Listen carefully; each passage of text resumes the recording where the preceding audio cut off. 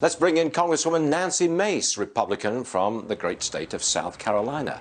Look, I know you think that raising taxes is a bad idea. I got it. But how do you stop it?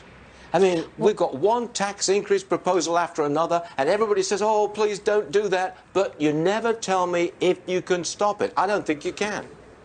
Well, when you hear the Biden administration trying to sell a product that the Americans don't want to buy because they are using those fancy buzzwords like tax the rich and letting corporations pay their fair share, when we read the fine print, and I encourage everyone to do so when this corporate tax hike comes through, I guarantee you, my bet is that it'll be higher than 35% at the end of the day when you actually read what's going to happen.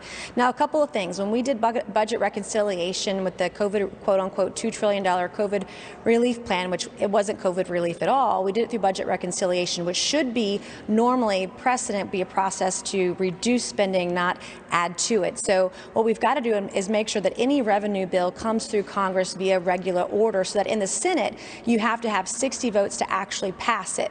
But my fear is they're going to try to do this through budget reconciliation. You'll see every Republican fighting against it, but we won't have as many Democrats obviously on our side. This is very partisan. But if they get rid of the filibuster, you're going to get the tax increases. It'll be devastating. And what's going to happen? Well, you'll have fewer companies creating fewer jobs at lower wages. This is going to hurt hardworking Americans. And I can't think of a worse idea than in the middle of a pandemic than to raise taxes, because we're all going to have to pay that bill. Oh, look, believe me, Congresswoman, I agree 100%. I'm going to change the subject because we just had a very interesting guest on the program. You may have heard him, Steve Hilton. I know that you are a full-time working single mom, and I know that you're trying to create, I think you have created, the Single Parents Caucus in Congress. Good for you. That's great.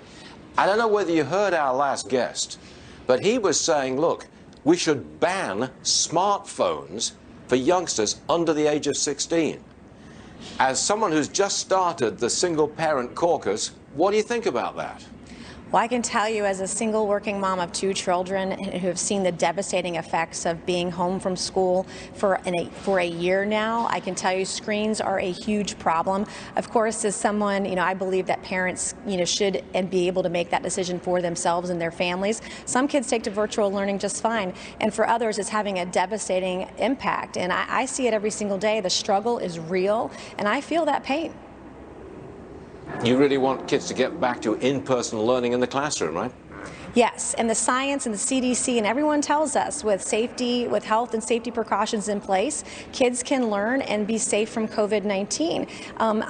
Look at the statistics, the number of kids who are dropping out of school, the number of kids who are failing, the number of kids who've threatened to harm themselves nationally. This is devastating our communities. And we talk about trying to lift people out of poverty. You hear that a lot from Democrats. Well, keeping them in schools isn't helping. And we have open borders and closed schools. We have open borders and migrants sitting at the border. And now we have an administration who wants to raise taxes on the American people. This isn't putting America or its children first. How many people have you got in the Single Parent Caucus, and are they from both sides of the aisle? We just announced it yesterday. It's a caucus that's never been formed before. There are Republicans and Democrats on both sides of the aisle who are also single parents that we are inviting to be the executive board members for that caucus.